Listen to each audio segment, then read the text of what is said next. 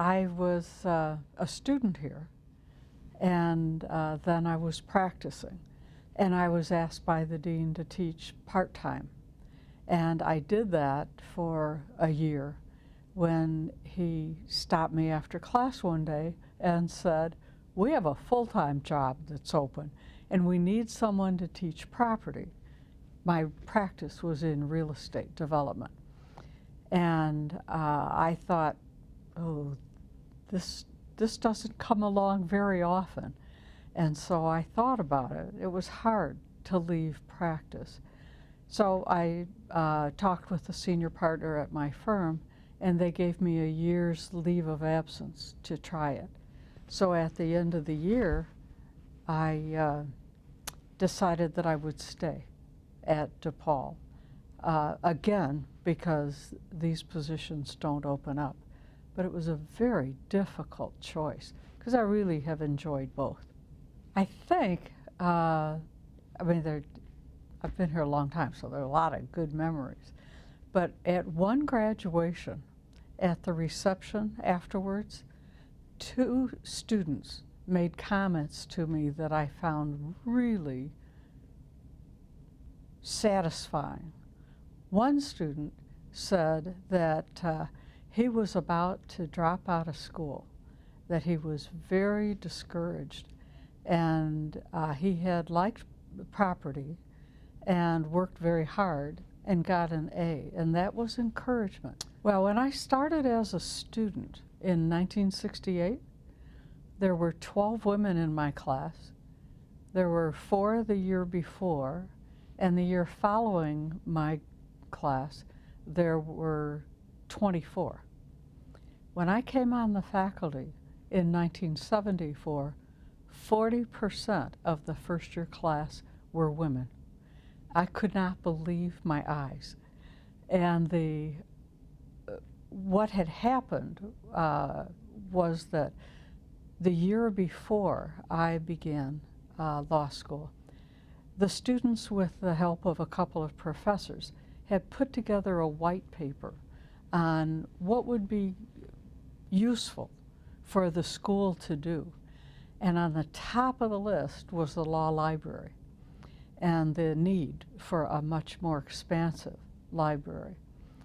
And so the dean, at the time that I was finishing up as a student, and then also when I came back, had talked with the university, with Father Richardson, about how to expand the law school sufficiently to be able to afford a library of greater proportions. And since it's a tuition-driven school, and to my knowledge always has been, we needed more students in order to be able to have more tuition, in order to pay for more books.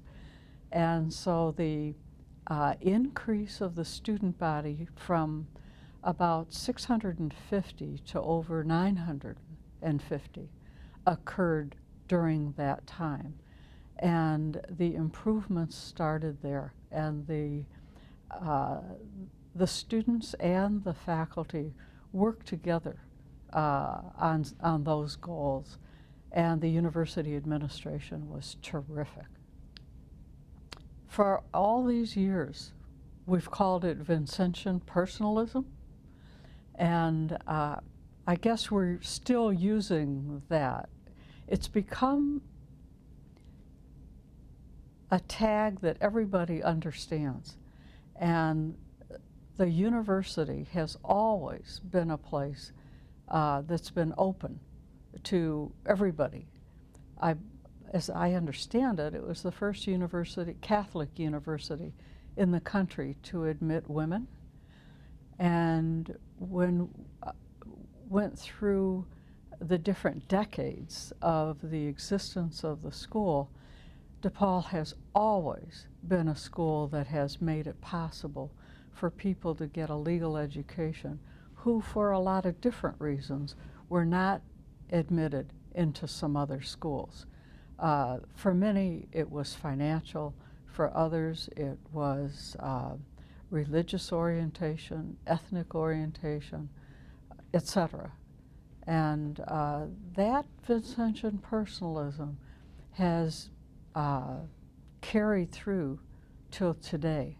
And I think it's reflected in the encouragement that so many of the faculty give to students to do something with their law degrees that have to do with public interest, and the concern about the individual. So the tone that has been set by the Vincentian priests, I think, has been a wonderful atmosphere to work in.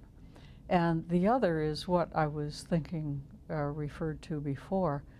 When a faculty member has an interest, this faculty has been very good about encouraging people to develop their interests if it's going to fit with the goals of the schools. So for both of those reasons, it's been a great place to work.